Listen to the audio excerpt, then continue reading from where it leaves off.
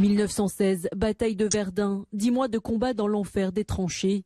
Un épisode de la Première Guerre mondiale durant lequel un homme, devenu général l'année précédente, impose sa vision, Philippe Pétain.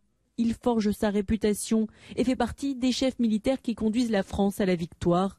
À la sortie de la guerre, en novembre 1918, Philippe Pétain, maréchal de France, est auréolé d'un immense prestige, considéré comme un héros. Une reconnaissance qui l'amène en juin 1940 à la tête du gouvernement français. La Seconde Guerre mondiale a commencé depuis moins d'un an. Le maréchal Pétain signe un armistice avec l'Allemagne. C'est le cœur serré que je vous dise aujourd'hui qu'il faut cesser le combat. Le 10 juillet, Philippe Pétain obtient les pleins pouvoirs et instaure le régime de Vichy. Il signe un mois plus tard les premiers décrets contre les Juifs et rencontre Adolf Hitler. Mais en novembre 1942, les Allemands occupent toute la France. Le pouvoir n'a plus de marge de manœuvre. Le maréchal Pétain laisse les nazis se livrer à des exactions et déporter des dizaines de milliers de personnes.